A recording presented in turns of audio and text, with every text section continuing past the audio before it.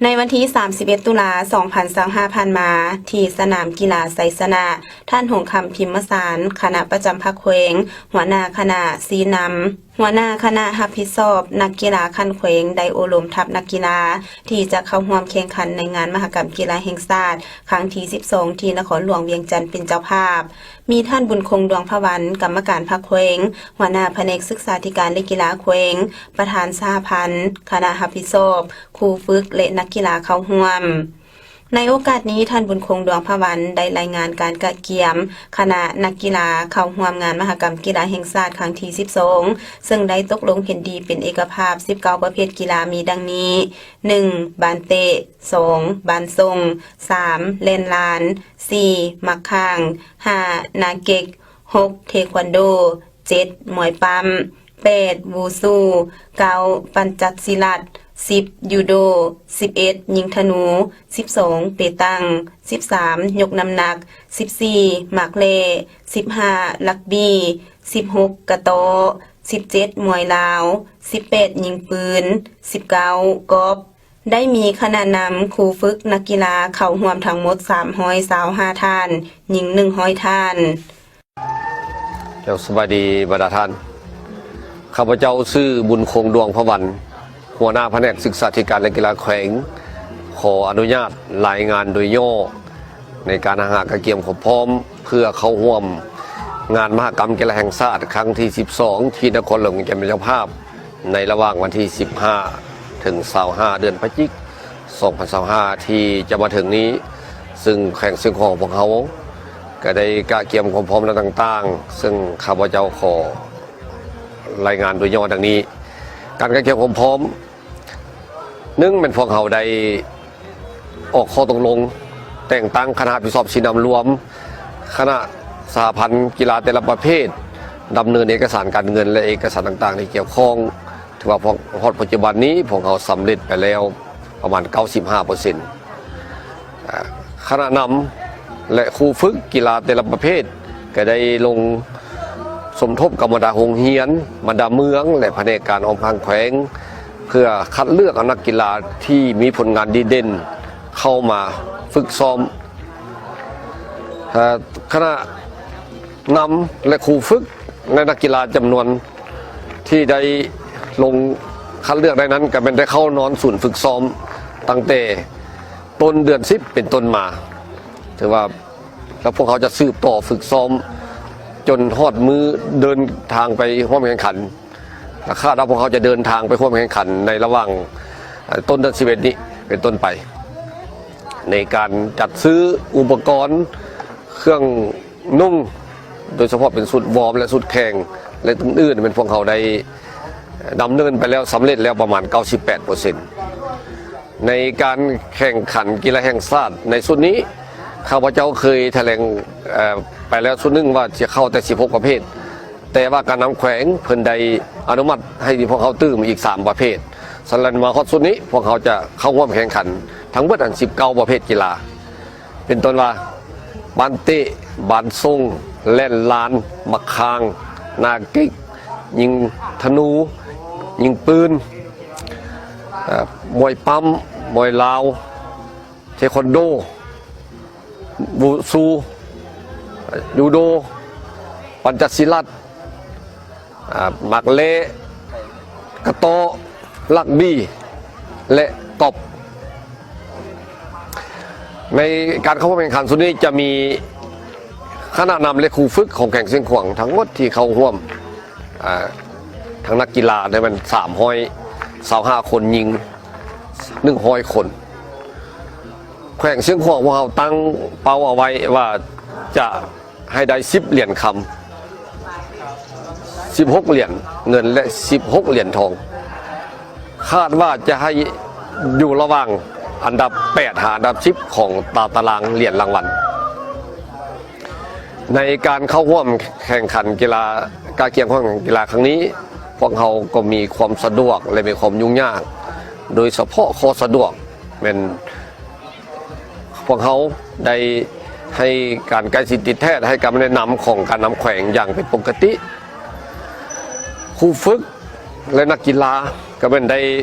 พร้อมกันฝึกแอบอย่างตั้งหน้าเฮ็ดให้ร่างกายมีความพร้อมที่สุดเพื่อจะเข้าร่วมแข่งขันกีฬาในครั้งนี้คันถึงมันได้สนองงบประมาณให้พวกเขา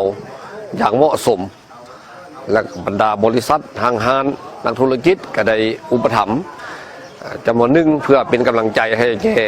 นักกีฬาของพวกเขาสำหรับข้อยุ่งยากก็เป็นพวกเขาได้มีเวลาเข้าศูนย์ฝึกซ้อมน้อยเพียงแต่เดือนเดียวเนื่องจากว่าปัญหาการคัดเลือกนักกีฬาค่อนข้างซักซ้าและก็งบประมาณนั้นมีจำกัดในการเข้าร่วมแข่งขันกีฬาในครั้งนี้ข้าพเจ้าในนามต่างหน้าให้คณะนำของแข่งสิงขวงที่จะนำพานักกีฬาและครูฝึกคณะนำทั้งหมดเข้าร่วมแข่งขันในครั้งนี้ข้าพเจ้าขอเรียกร้องและขอการข้อมูลเดือประธานดังนี้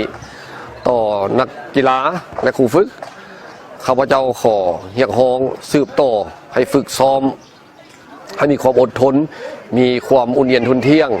รักษาสุขภาพให้ดีเฮ็ดให้ร่างกายแข็งแรงแล้วก็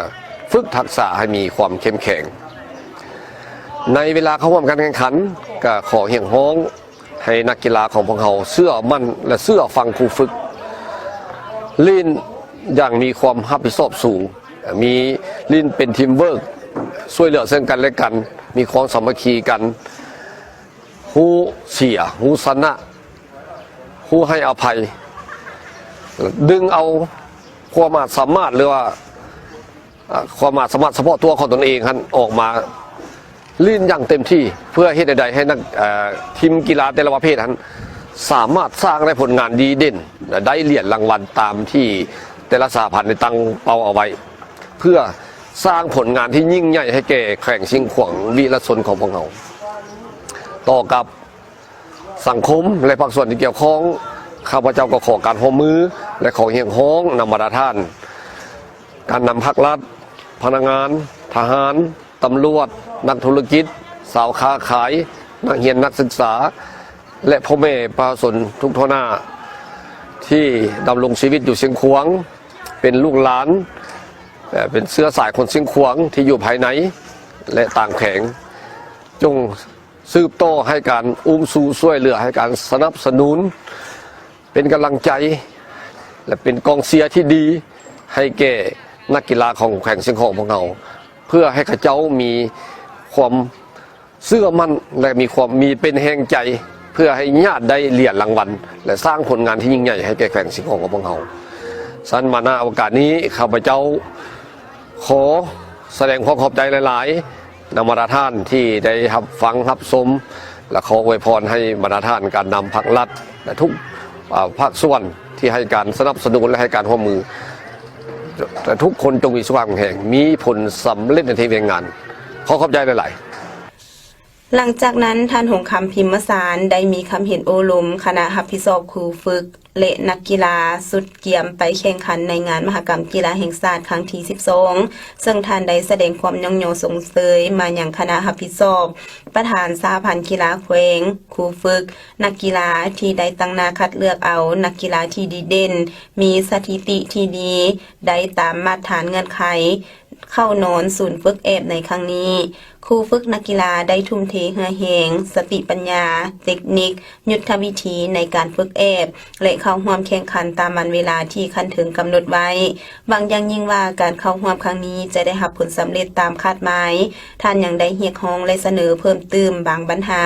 เป็นต้นให้โฮมความสามัคคีเป็นปึกแผ่น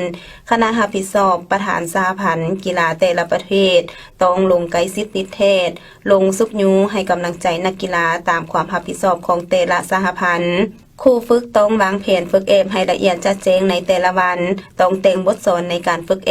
ในแต่ละขั้นให้ถูกต้องตามหลักวิชาการถูกตามเทคนิคยุทธวิธีต่างๆนักกีฬาทุกประเภทต้องปฏิบัติระเบียบที่กรรมการเทคนิคจัดการแข่งขันให้เข้มงวดในการเข้าร่วมแข่งขัน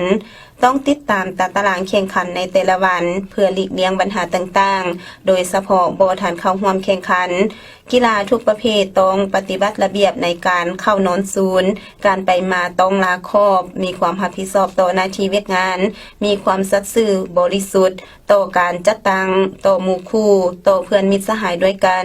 การกินอยากให้กินเป็นทีมเป็นกลุ่มแต่ละสหพันธ์โดยการมอบให้คณะนำครูฝึกกีฬาแต่ละประเภทรับผิดชอบวางแผนให้ละเอียดจะแต่งกินหรือซื้ออาหารสุกมากินแต่ต้องคำนึงเบิ่งด้านสุขภาพต่อนักกีฬาทุกประเภทการเข้าร่วมแข่งขันต้องมีน้ำใจนักกีฬาหูชนะหูเสียหูให้อภัยและบ่ต้องสร้างสิ่งที่บ่ดีที่จะเสื่อมเสียต่อตนเองต่อหมู่คู่และการจัดตั้งอย่างเด็ดขาดพร้อมกันปุ้มลุมสามัคคีเฮ็ดให้การกะเกียมเข้าร่วมครั้งนี้ประสบผลสำเร็จตามแผนการที่วางไว้ เพื่อเป็นการคำนำรับตอนวันสำคัญต่างๆของพรรคของศาสตร์โดยเฉพาะเมน3วันประวัติศาสตร์ของศาสตร์ให้เป็นขบวนกว้างขวางและฟุดฟื้นฉะนั้นในวันที่31ตุลาคม2025นี้แผนกการกรมกองต่างๆอยู่ภายในแขวงเสียงขวางได้สร้างขบวนการออกแห่งงานอนามัยรวมอยู่ที่สวนสาธารณะหนองน้ำงำโดยการชี้นำพาของท่านเพชรสมรดาวงศรคณะประจำพรรคแขวงเลขาคณะบริหารงานสาวหนุ่มแขวงการออกแห่งงานในครั้งนี้เมนได้ตัดหญ้า